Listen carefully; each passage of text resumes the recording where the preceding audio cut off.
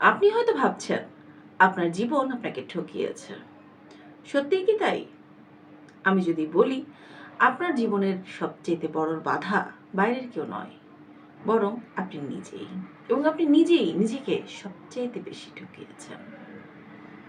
আপনার চিন্তা, আপনার ভয়, আপনার অভ্যাস, যদি বলি এ সমস্ত কিছুই আপনাকে পেছনের দিকে টেনে রাখে, তাহলে কি আপনি নিজেই নিজের সবচাইতে বড় শত্রু হয়ে ওঠেন না? মানুষ সবসময় দোষ দেয় বাইরের মানুষকে, পরিবার, সমাজ অথবা পরিস্থিতিকে। কিন্তু আমরা অনেক সময়ই বুঝতে পারি না যে প্রকৃত ধ্বংসটা আসছে আসলে ভেতর থেকেই।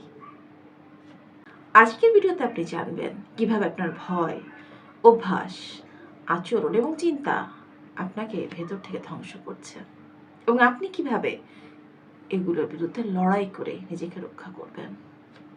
সেলফ স্যাবোটেজ বা নিজের পায়ে নিজেই কুড়াল মারা।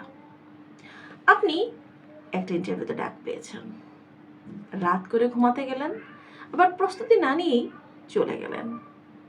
ফলাফল, আপনি নিজেই নিজের সুযোগটুকু নষ্ট করে ফেললেন। এক্ষেত্রে মনস্তাত্ত্বিক ব্যাখ্যাটা কি? Number 1, impostor syndrome. নিজেকে যথেষ্ট যোগ্য মনে না হওয়া। Fear of failure or success, ভয় পেয়ে নিজেকে আটকে রাখা। প্রোক্রাস্টিনেশন, পরিশ্রমের ভয়ে সুযোগটা নষ্ট করে ফেলা। নেগেটিভ সেলফ টক, অর্থাৎ তুই পারবি না, তোকে দিয়ে হবে না। আপনি যদি প্রতিদিন নিজেকে এ ধরনের কথা বলে থাকেন, তাহলে সে কেন আপনার জন্য লড়াই করবে? আপনি নিজের সাথে যে ধরনের কথাবার্তা বলেন, মূলত আপনি তেমনটাই হয়ে ওঠেন। সমাধানটা কি? অ্যাফার্মেশন ব্যবহার করুন। আমি শিখছি, আমি চেষ্টা করছি, আমি উন্নতি করছি। এভাবেই নিজের সাথেই আগে বন্ধুত্বটা করে নিন। ওভার থিঙ্কিং, সব কিছুর খুঁটিনাটি চিন্তা করে থেমে যাওয়া।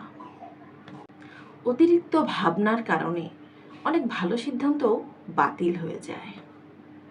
অ্যানালাইসিস প্যারালাইসিস, অনেক সময় আমরা কোনো বিষয় এত বেশি ভেবে ফেলি যে কোনো সিদ্ধান্তই আর নিতে পারি না।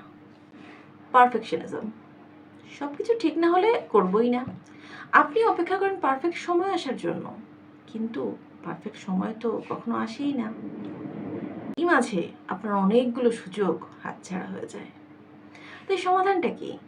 সমাধানটা হলো ইমপারফেক্ট হলেও শুরু করে দিন। প্রতিদিন 1% উন্নতি করুন এবং এটাই পারফেক্ট হওয়ার চাইতেও অনেক বেশি শক্তিশালী। কি নিজের বিরুদ্ধে যুদ্ধ করছেন? আপনার জীবনে অনেকেই আসবে আপনার বিরুদ্ধে যুদ্ধ করার জন্য, কিন্তু আপনি যদি নিজেই সেই ভয়ঙ্কর সবচেয়ে বড় শত্রুটা হয়ে যান, তাহলে কি কখনো আপনার পক্ষে এই যুদ্ধে জেতা সম্ভব হবে? দিন আপনি নিজের পক্ষে দাঁড়াতে পারবেন, সেদিন বাইরের কেউ আর আপনাকে থামাতে পারবে না। তাই নিজের মধ্যে সেই শত্রুকে চিনুন, তাকে বদলান, কারণ আপনি নিজেই আপনার সবচাইতে বড় বন্ধুটা হয়ে উঠতে পারেন।